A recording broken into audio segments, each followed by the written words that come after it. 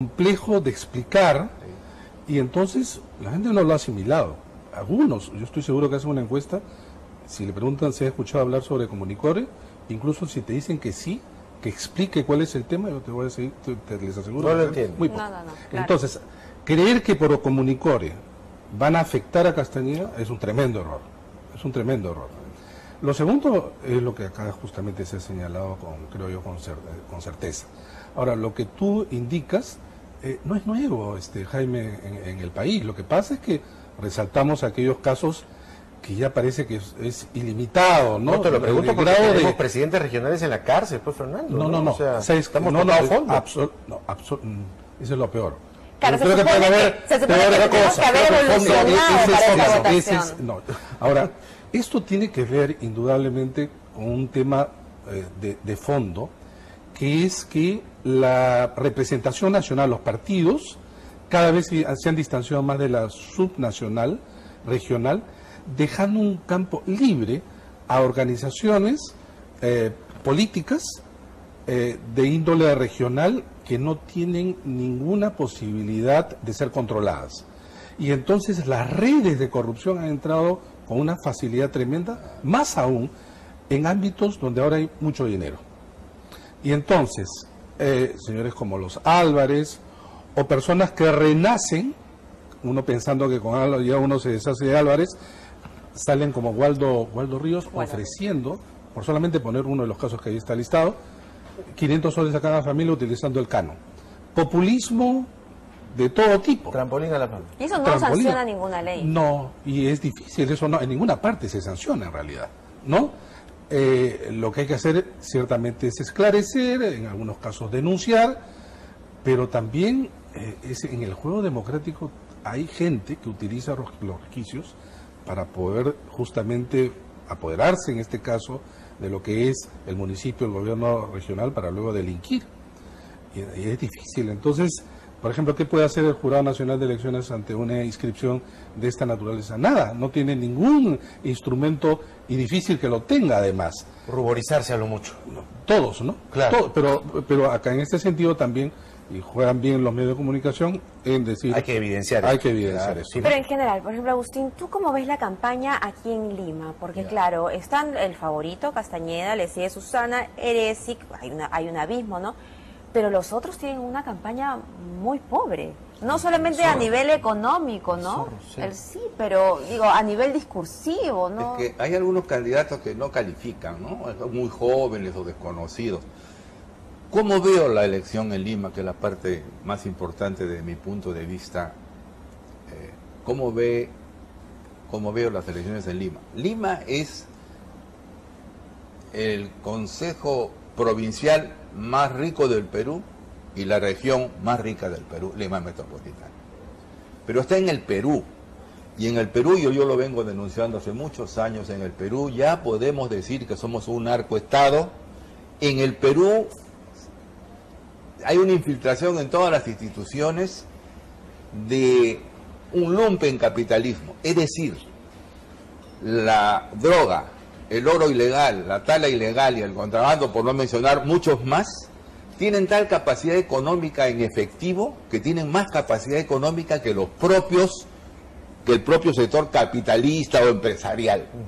Ese lumpencapitalismo está avanzando en las instituciones de una manera que ya es tan evidente que acá tiene que comenzarse una revolución moral o vamos hacia el desastre. Desgraciadamente yo no tengo mucha confianza en que este gobierno en los próximos 2 años que le quedan haga algo al respecto. Por lo tanto, la responsabilidad de nosotros, los comunicadores, ante la ausencia de los partidos políticos, de la incapacidad de denunciar de ellos, tenemos que insistir. Yo creo que Lima es parte del lumpencapitalismo que maneja el Perú. Y en ese marco se dan estas elecciones. Ahora, Fernando, ¿hacia dónde vamos entonces? Porque algunos ya hablan de recentralización. Es decir, esto te evidencia que vamos a tener probablemente más Álvarez, ¿no? Sí. Más casos como el de Pasco, como el de Tumbes. Entonces el gobierno probablemente ahí entre a tallar y al final el proceso de descentralización, ¿en qué va a quedar?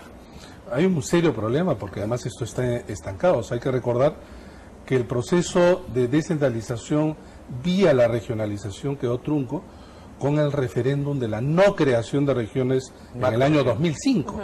Y en realidad se han seguido transfiriendo funciones, competencias. Y dinero. También, obviamente, dinero, presupuesto, en instancias en donde los gobernantes tienen bajos controles. Y esto es la consecuencia, ¿no? Lo que hemos visto de denunciados presidentes regionales, encarcelados otros, prófugos otros. Pero creo que estamos en un punto ciertamente preocupante, pero es necesario que se involucre no solamente los medios de comunicación. Miren cómo el gobierno, el Poder Judicial, el Ministerio Público actuaron en el caso de Ancash y algo se logró. Pero por cierto, esto debe ser mensajes para los próximos. Pero no solamente pues un momento, eso tiene que ser algo que se debe mantener. Ciertamente acá luchas también contra mafias, como ha señalado Agustín, que han penetrado las instituciones. Entonces aquellas quienes deben salvaguardar el orden, el Estado de Derecho, están plagadas internamente, corroídas, y es necesario efectivamente llamar la atención. No estamos todavía en el peor momento de Colombia ni México, pero, oigan, nosotros tenemos 75% de los cultivos de hoja de coca, y entonces allí es donde la materia prima, somos exportadores. Lo curioso es que esto ya no ha sucedido antes, porque esto era latente. Ahora se dan cuenta, efectivamente, el narcotráfico, pero no solamente el narcotráfico, la minería ilegal y otras mafias, que es posible ingresar a la política con cierta facilidad, no con cierta facilidad. Ustedes se imaginan, en distritos rurales, donde son 6 en el consejo, donde son listas pequeñas, no son de partidos, y donde gana una elección, y tú tienes de repente un centro minero, tienes mucho dinero por el canon, esas personas, en realidad, no pues con miles, sino con un poco de dinero, les hacen la campaña. Y están absolutamente vulnerables en relación a cualquier tipo, no solamente de mafia, diría yo, sino también la competencia para convertir el municipio en un botín. En un botín. Esto es lo que ha pasado en la región Ancash, ¿no? No, eso estamos hablando ya de los niveles mayores. Yo incluso estoy hablando del nivel, ¿saben qué? De los municipios distritales. San Marcos, ¿no? San Marcos, que es un caso ahora con... Claro, San Marcos. Como San Marcos, montones. Y ahí viene el tema de la revocatoria que muchas veces hemos acá discutido, más allá de Lima, hablo de esos distritos en donde han habido casos en donde todos los periodos municipales es revocatoria, porque lo que se trata es de competir por las buenas o por las malas en la captura del municipio. Pero mira, esto es una contradicción, Agustín.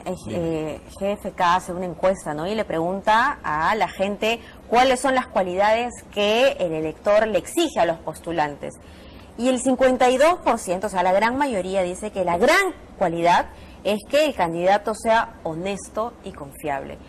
Pero es una contradicción en realidad.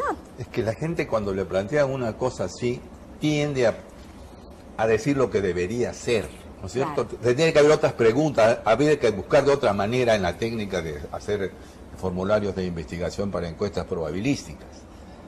Aquí lo que está sucediendo es que la ley de partidos políticos y la ley de ilusiones municipales tienen normas para desaparecer a los partidos políticos. Por ejemplo, en un distrito, una persona, que inclusive sea militante de un partido pero pida permiso, una sola persona, con el 2.5% de los votantes en esa circunscripción, puede inscribirse. Y al terminar las elecciones, los que no han ganado desaparecen. Es como los movimientos locales. Fíjate el absurdo. La base del sistema democrático electoral son los municipios. Ahí se comienza. ¿Qué dice la ley? Que una vez que un movimiento local, que el único requisito que le piden es el 3% para hacer un partido, no le exigen nada más, la ley dice que desaparecen al terminar las elecciones, cuando tendría que fortalecerse eso para que ahí vaya creciendo a lo regional y a lo nacional. O sea, en el sitio donde nace el sistema democrático electoral, la ley hace que desaparezcan los partidos, no le hace ninguna exigencia. Pero creo que la propuesta también era que estos cascarones, que son las organizaciones locales, desaparezcan, ¿no? Era Sí, un había poco la idea. una propuesta, justamente porque a estas alturas lo que vemos es que incluso así se mantenga en términos legales, ¿qué puede responder pues una organización pequeñita a nivel local? Muy por el contrario, lo que hemos visto es una absoluta desintegración, fraccionamiento al extremo. De lo que se trata es de un cierto nivel de reconcentración, porque en los países de mayor estabilidad lo que tenemos son pocos partidos. Incluso tú ves, estaban imágenes del pacto ético, ¿no? Un sinnúmero de... No, el Chiclayo no. Pero me refiero que un número tan amplio, y uno se pregunta, ¿hay de verdad diferencias sustantivas entre algunos candidatos? Seguro que no. Seguro que no. No, solamente son las candidaturas, con lo que llegamos a la conclusión de que en realidad estamos haciendo política individual, ¿no?